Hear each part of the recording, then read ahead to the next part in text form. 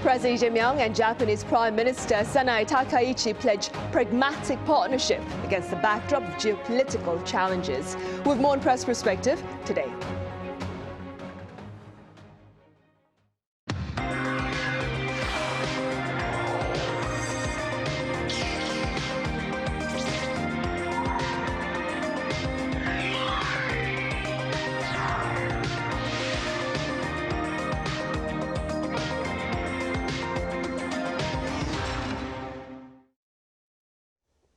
Hello and welcome. You're watching Press Perspective for this Wednesday, January 14th here in Seoul. I'm Min Sunhee. Today we revisit the latest summit between the leaders of South Korea and Japan and their broader implications. For more on this, I have Kelly Kasulis Cho with the Washington Post live on the line. Kelly, it's been such a long time. Welcome back. So happy to be here. Thanks. I also have Professor Lim Eunjung at Kongju National University live on the line as well. Professor Im, it's a pleasure to have you with us. Yeah, thank you for having me.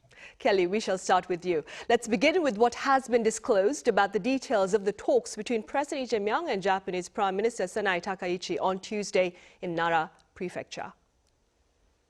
Well, I think their meeting came out with a lot of positive messaging, and that's been very clear in the media reports. To quote Lee Jae-myung's office, the two leaders had moments of chemistry and personal rapport, and they very much purposely put that on display. I think you might have seen the viral video of the Japanese Prime Minister and the South Korean President jamming out on the drums together in matching blue outfits. But on a serious level, I mean, the two, have said that, cooperation, continued stability in the region, those are the main goals between South Korea and Japan. It's worth noting that in the past, when there's been Democratic Party leaders in office in South Korea, the country has generally taken a little bit more of an adversarial relationship with Japan. And the previous, now impeached President Yoon Suk-yeol, he was really kind of credited with warming ties with Japan once again. Coming out of the summit, President Lee himself said that, cooperation between Korea and Japan is, quote, now more important than ever and anything else. And he mentioned concerns about a, quote, complex, unstable international order. And that sentiment was also really echoed by Sanae Takaichi as well. So thematically, I think we're looking at a situation where there's a lot of rosy diplomacy, a lot of warm messaging, but on the backdrop of some greater concerns about, North Korea, an increasingly powerful and perhaps bold or adversarial China, and also kind of the wild card of diplomacy that is working with President Trump and the White House. Right, and before we get into that, Professor Im, as Kelly mentioned in their opening remarks, the two leaders reaffirmed their commitment to a future-oriented partnership. Now, many believe that geopolitical factors have served to push the two leaders closer together to adopt a more pragmatic approach to bilateral ties. Do you agree? And if so, what are the factors that you believe have pushed them together? Well, absolutely, I agree with that proposition, because if you think about other parts of the world, again, especially the war between Russia and Ukraine, it has been almost like a 4 years. If February comes again, they're going to be fully the 4 years. It's a long-lasting war again between the two sovereign states, and especially Russia, who has the veto power in the UN Security Council, and as a founding, how would you say, the contributor of the UN, again, they really violated UN charters, that spirit. Again, that war has been, again, so long.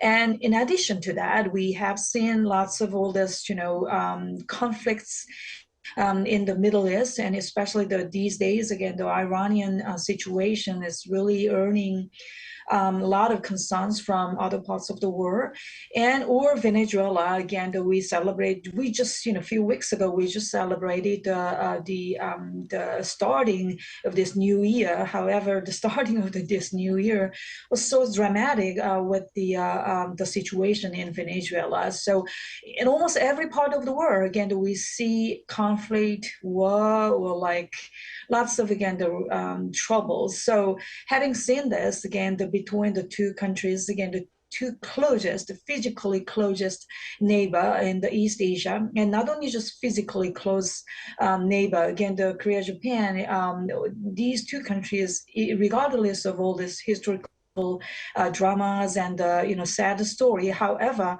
still these two countries share the common regime, again, the liberal democracy and the free market capitalism.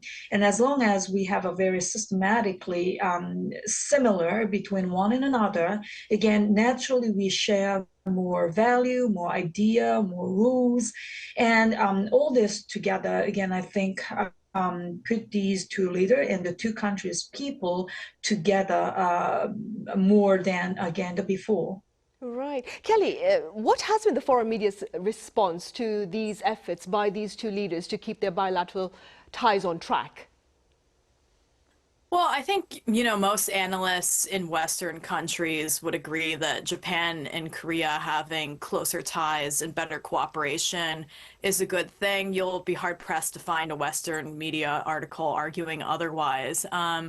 I think this time around, unfortunately, at least speaking to the U.S. media, it's been very distracted with Venezuela, the war in Gaza, what's been happening with immigration enforcement in the United States. And so I've seen fewer headlines about this meeting than past ones. But with that said, I mean, Japan and Korea are major allies of the United States, and there was some attention paid to it for sure. This happened right after this kind of row that we saw involving Japan and Taiwan and China, where the Japanese prime minister said that, Chinese military action against Taiwan could justify a Japanese invasion. So a lot of the Western media was really paying attention to this meeting to see how South Korea could walk this sort of tightrope where it has a lot of trade and closer ties with China, but also, needs Japan's cooperation as well as that of the United States in some kind of conflict with North Korea. I saw an interesting article out of Time magazine, actually, that characterized this meeting as China and Japan both trying to court South Korea to its side. And those kind of seem to be the thematic geopolitical issues at hand. I think we'll have to see as, more talk of an invasion of Taiwan potentially continues to brew, how this situation gets more complex. Right, and staying with that, Professor, during the joint press conference, President Myung called on South Korea, Japan and China to seek common ground, to communicate and to cooperate. What do you believe are the chances of such collaboration? Well, in the shorter term, it might be really difficult or even unlikely, because again, the Taiwan issue is really the most crucial and sensitive issue for Beijing. So as long as they are in a trouble, again, between Beijing and Tokyo regarding this issue, again, it might be really difficult to have real trilateral meetings sooner or later. However, the President Lee Jae-myung, as he pointed out, again, for example, we here in Korea, in Seoul, in the middle of Seoul, we do have the trilateral secretariat. Here, trilateral is, again, the Korea, Japan, and China. So we have that kind of, again, the institution. And of course, geographically, we are very close to one another. And economically speaking, of course, we are very much deeply interconnected. So having had all this reality, once the mood gets better, I think definitely we can resume again the trilateral cooperative, again, the dialogue. Agenda many, again, for example, supply chain issue, especially all this critical mineral issue, is really important for any country, but especially for the country like Korea, Japan, both again are very much dependent on manufacturing and the high-tech industry. So the critical mineral kind of, again, the supply chain issue, it can be one agenda, or again, the climate change issue, or like many other things again. So having said that, again, I hope someday, sooner or later, we can again resume the trilateral cooperative dialogue between again the Korea, Japan, and China. Right. Kelly, the Korean president also highlighted the importance of the trilateral partnership among South Korea, Japan, and the U.S. with regard to regional stability, keeping in mind, of course, North Korea and its displays of defiance. What do you suppose are the prospects of engagement with North Korea this year? Well, speaking to this recent meeting, I mean, it's a little bit of the same old, Japan and South Korea, for the umpteenth time, essentially confirmed their desire to see a full denuclearization of the Korean Peninsula. That's old news, and that probably won't change. But one thing that I've noticed as a reporter here is, at least speaking to the short term, you can never confidently predict what will happen with North Korea. And there's a lot of, debate, robust debate among analysts about what could happen next. President Lee has certainly gone out on a limb and shown interest in engaging with North Korea. But ever since the kind of symmetry that we saw with President Trump and former President Moon Jae-in's administration, North Korea has pretty much shown that it does not have a great desire for engagement. It has been quite closed off. Some of that was exacerbated by the pandemic and the literal closing of North Korea's borders and the expelling of diplomats there. But there aren't a lot of signs, at least officially from North Korea, that they're interested in talks with South Korea or even the Trump administration necessarily. I mean, just in the last day or two, Kim Yo-jong put out a statement in North Korean state media, essentially calling talks or engagement with South Korea a daydream. She wrote, as far as Seoul's various hope-filled wild dreams called repairing DPRK-ROK relations are concerned, they can never come true. Then again, I mean, North Korea has backtracked from its own state media messaging plenty of times. I think generally speaking, there's not a lot of sign of hope. But again, as we saw during Trump's last administration or even just a couple of years ago, things can change on a dime. It's hard to say. Right. Moving forward, Professor Im, come next month, that is February 22nd to be precise, the Nara Prefecture of Japan holds an annual event that falsely claims sovereignty over South Korea's Tokyo Island. How do such events look to affect bilateral ties, and what can be done to ensure that bilateral ties are not derailed? Again, as Kelly pointed out at the beginning of this program, again, we have again, the very strong kind of stereotype to the Japanese hardliner or so-called right-wing politician, such as, again, the Prime Minister Takaichi. When she was running as a candidate for the president position of her own party, again, the LDP, again, she mentioned that, again, maybe the cabinet members should go, again, to the ceremony rather than instead of the vice minister level. So having had that kind of, again, remarks from her side, again, definitely South Korean, we have pretty much, again, deep concerns about the upcoming Takeshima Day, if I borrow their term. Well, we'll see. But however, there's every year we have that kind of, again, how would you say, kind of regular kind of ritual in both countries. Again, they do have their own, and we do have our own, and especially February and March can be a little sensitive or difficult timing for the two countries' relationship, again, because they have Takeshima Day, and we have, again, the March 1st, again, the Independence Movement Day. All this kind of nationalism can arise again.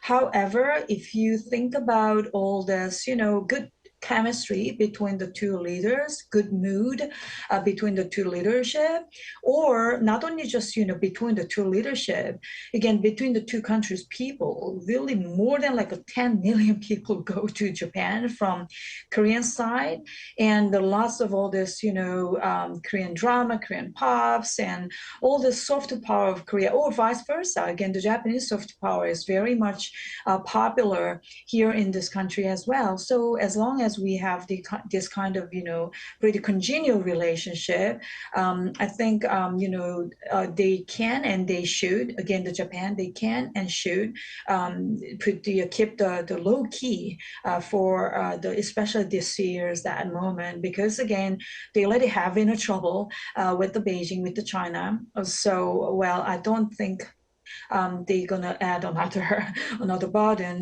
to their own diplomatic relationship. Right, and staying with that, Japanese daily the Nikkei, Kelly, earlier this month published a column calling for caution from the Takaichi administration with regard to the Shimane Prefecture event this year. For the sake of our viewers who may not have read that particular column, could you tell us a bit about it and why it matters? Yeah, well, reiterating a lot of the points that Professor Im said, we're talking about kind of recurrent historical tension between Japan and South Korea that kind of bubbles up around the springtime every year on, these holidays that both countries, or I shouldn't say holidays, but, commemoration days, both of these countries have sort of marked. And all of this really goes back to this small island and historical tensions over who has, rightful sovereignty or ownership over this island, and kind of the fighting that has occurred because of that. In South Korea, it's often referred to as Dokdo Island, and there's a lot of pride here around South Korea's claim of ownership over it. But essentially, this column from the summary that I read of it is calling for close cooperation and also carefulness between Japan and South Korea. And as Professor Im said, I think this is kind of a recurrent issue. It's highly sensitive. There's a lot of pressure from both the Japanese and Korean populations, respectively, to show nationalism within their own governments around this time. But, the need to have a strong line against North Korea, a good strategy for China and the United States, regional stability, and also kind of similar through lines with the war in Gaza. I think those issues really supersede some of the historical pains that have occurred between both countries. And so hopefully, as they have in many years past, Japan and South Korea, diplomatically speaking, will get through this season. Right. Professor Im, expanding on what Kelly just said, how else might South Korea's ties with its neighbor Japan serve to ensure global stability and prosperity, if you will? Well, again, as I mentioned earlier, these two countries have many similarities. Again, the liberal democracy. We should never, again, forget this very important fact and the reality.